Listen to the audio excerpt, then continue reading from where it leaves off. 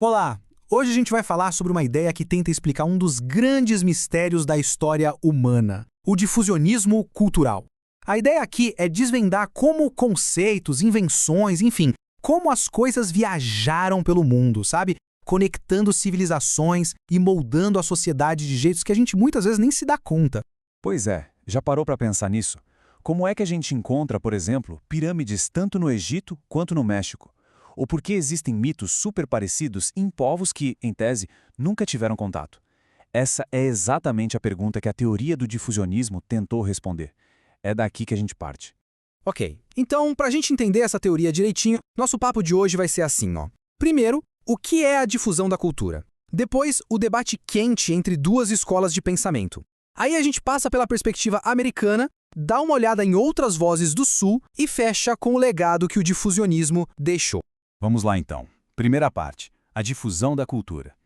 Para começar, vamos direto ao ponto. O que, afinal de contas, é o difusionismo? Olha, usando como base os estudos do antropólogo Luiz Newton Correia, a gente pode definir o difusionismo de um jeito bem simples. A cultura não fica parada, ela viaja. É isso. Conhecimentos, tecnologias, costumes, tudo isso se move de um grupo para outro. E um ponto super importante, que está aí na tela, é que essa corrente de pensamento nasceu para bater de frente com o evolucionismo, que era a teoria dominante na época. Aquela ideia de que toda a sociedade seguia um caminho único, sabe? Linear. Beleza? Agora, segunda parte. Duas escolas, um debate. E é aqui que a coisa começa a esquentar de verdade. Porque o difusionismo não era um bloco de pensamento único, não. Pelo contrário, lá na Europa, duas escolas principais saíram no tapa. Intelectualmente falando, claro, sobre como e de onde a cultura realmente se espalhava.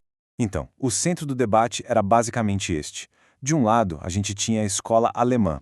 Eles eram o que a gente chama de policêntricos, ou seja, acreditavam que existiam vários círculos culturais, múltiplos centros de onde as inovações nasciam e se espalhavam. Do outro lado do ringue, a escola britânica, que era radicalmente monocêntrica. Para eles, a história era outra. Quase tudo que importava na civilização veio de um único lugar. Adivinha qual? O Antigo Egito. Essa visão, bem radical mesmo, ficou conhecida como hiperdifusionismo. Falando da escola alemã, a gente tem umas figuras bem importantes. O Fritz Greibner, por exemplo, foi quem desenvolveu essa teoria dos Kulturkreis, que, traduzindo, é literalmente círculos culturais. Aí veio o Wilhelm Schmidt, que teve uma sacada genial. Ele usou a rede gigantesca de missionários católicos para coletar dados sobre culturas do mundo todo e com isso criou a revista Anthropos. E para completar, o Friedrich Hatzel trouxe a ideia do determinismo geográfico, dizendo que, olha, o ambiente físico também tem um peso enorme no desenvolvimento da cultura. Agora, atravessando o canal lá na Grã-Bretanha, a gente encontra os hiperdifusionistas. Os dois grandes nomes são Grafton Elliot Smith e William James Parry. E esses dois, olha, eles estavam convencidíssimos de que o Antigo Egito era o berço de toda a civilização. A ideia deles era que tudo, desde a agricultura até aquelas construções gigantescas, foi inventado lá e depois, de alguma forma, foi levado para o resto do mundo. Só que essa ideia de que tudo veio de um lugar só, bom, ela não convenceu todo mundo, não. E quem aparece para dar um contraponto bem forte? Ninguém menos que Charles Darwin. Já em 1871, ele disse mais ou menos assim: olha, muitas coisas, como o bumerangue australiano, por exemplo, devem ter sido invenções independentes. O raciocínio é simples, né? Se povos diferentes sem contato conseguiam criar suas próprias soluções complexas, essa história de que tudo veio do Egito começava a fazer menos sentido. Ok, vamos para a terceira parte, a perspectiva americana. Agora a gente sai da Europa e atravessa o Atlântico para ver como os antropólogos americanos entraram nessa conversa. E eles chegaram com uma terceira via, uma abordagem um pouco diferente, mais equilibrada. E o jeito que a escola americana mudou o jogo foi com uma pergunta bem simples, mas que transformou tudo. A pergunta era: e se não for uma coisa ou outra? E se as duas coisas forem possíveis? Ou seja, em vez daquela escolha radical entre tudo se espalhou de um lugar ou tudo foi inventado de forma independente, eles vieram com uma solução muito mais pé no chão, mais realista. E o grande nome por trás disso é Franz Boas. Ele e a escola dele, conhecida como particularismo histórico, basicamente propuseram um meio termo. Para eles, a realidade é que as duas coisas acontecem. Claro que a cultura se espalha pelo contato, mas, ao mesmo tempo, povos diferentes podem ter ideias parecidas de forma totalmente independente. O ponto central para o Boas era: vamos parar com essas grandes teorias e focar no que importa. Ir a campo, fazer um trabalho rigoroso e entender a história particular de cada cultura.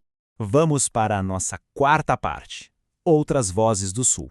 Porque esse debate não ficou só lá no hemisfério norte, não. Aqui na América do Sul também apareceram teóricos com suas próprias versões do difusionismo. E algumas são bem fascinantes. E aqui a gente vê direitinho como essa ideia de centro cultural podia ser adaptada.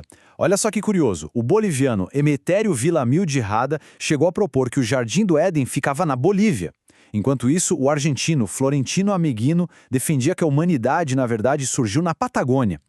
Hoje, claro, essas ideias podem parecer meio excêntricas, mas elas são um ótimo exemplo de como a lógica difusionista foi usada em diferentes lugares, muitas vezes refletindo um certo orgulho e uma perspectiva bem local. Bom, e com isso a gente chega na nossa última parte, o legado do difusionismo. Depois dessa confusão toda, de todo esse debate, o que é que ficou? Qual é o lugar do difusionismo na história da antropologia, afinal? Vamos entender qual foi o verdadeiro legado dessa teoria. Olha, o difusionismo, mesmo com seu rival, o evolucionismo, foi um passo essencial. Foi uma ponte. Como a gente pode ver nesse esquema, ele ajudou a tirar o estudo da cultura do campo do dogma religioso, que era o que explicava tudo antes, e levou para um campo de análise mais científico. Foi, sem dúvida, uma etapa fundamental para a antropologia virar a ciência que a gente conhece hoje. Então, a grande lição é a seguinte: o difusionismo foi sim muito importante. Ele forçou os pesquisadores a pensar sobre contato, sobre troca, sobre história. E o mais interessante é que a teoria não sumiu porque estava errada. Ela perdeu força porque a própria antropologia mudou a pergunta que queria responder. O foco saiu do onde a cultura começou e foi para outras questões.